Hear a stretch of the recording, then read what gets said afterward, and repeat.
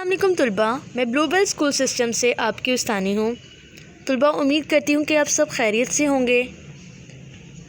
طلباء، یہ ہمارا اردو ادب کا لیکچر ہے، لہٰذا تمام طلباء اردو ادب کی کتابیں اور کاپیاں کھول لیں۔ آج 8 دسمبر 2020 اور دن منگل ہے۔ طلباء، میں نے یہاں پر اردو لکھا ہے، لیکن آپ لوگ یہاں پر جماعت کا کام لکھیں گے۔ سبق نمبر 18، شہد کی مکھی۔ طلباء، اپنے پچھلے لیکچرز میں نے آپ کو اس کی پڑھائی کروائی، اس کے بعد الفاظ بیانی، جملے، املا کروائی۔ پھر میں نے آپ کو اپنے پچھلے لیکچر میں سوال نمبر 1 اور سوال نمبر 2 کروایا۔ آج ہم شہد کی مکھی کا سوال نمبر 3 کریں گے۔ اب میں سوال پڑھنے جاتی ہوں، اس کے بعد میں آپ کو اس کا جواب دوں گی۔ سوال ہے، سوال نمبر 3، شہد کس کس کام کے لیے استعمال ہوتا ہے؟ تحریر کریں۔ طلباء، شہد کی مکھی نظم میں نے آپ کو شہد کی مکھی کے بارے میں بتایا تھا، شہد کے بارے میں بتایا تھا، اور شہد کی افادیت کے بارے میں بھی بتایا تھا کہ شہد کی مکھی کس کس طرح کتنی محنت کر کے شہد کو اکٹھا کرتی ہے اور یہ شہد ہمارے لیے کتنا مفید ہے۔ اب سوال ہے کہ شہد کس کس کام کے لیے استعمال ہوتا ہے؟ تحریر کریں۔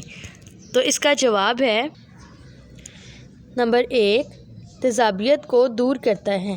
شہد ہمارے جو معدے کی تیزابیت ہوتی ہے اس کو ختم کرتا ہے۔ موٹاپے کا بہترین علاج ہے، یعنی اگر کوئی انسان موٹا ہے تو اس کو شہد استعمال کرنا چاہیے، اس کے موٹاپے کا علاج ہے۔ اس کے علاوہ یہ ہمارے معدے کے لیے بہت اچھا ہوتا ہے۔ آنکھوں کی بینائی کے لیے مفید ہے۔ ہماری آنکھوں کی بینائی کے لیے کمزور نظر والوں کو، خاص طور پر جن کی نظر کمزور ہے، ان کو شہد ضرور استعمال کرنا چاہیے۔ یہ ان کے لیے بہت مفید ہوتا ہے، بہت فائدہ مند ہوتا ہے۔ نمبر 4، شہد دل کو تسکین اور فرحت بخشتا ہے۔ جو شہد ہوتا ہے، شہد کے استعمال سے دل کو بہت زیادہ سکون ملتا ہے، دل پرسکون رہتا ہے، بے چینی نہیں ہوتی۔ اور آپ کو پتہ ہے کہ ہمارے پیارے نبی صلی اللہ علیہ وسلم کی بہترین اور مرغوب غذا میں سے ایک غذا شہد بھی ہے۔ آپ صلی اللہ علیہ وسلم شہد کو بہت زیادہ استعمال کرتے تھے، آپ کو شہد بہت زیادہ پسند تھا۔ نمبر 5، شہد براہ راست خون میں شامل ہو جاتا ہے۔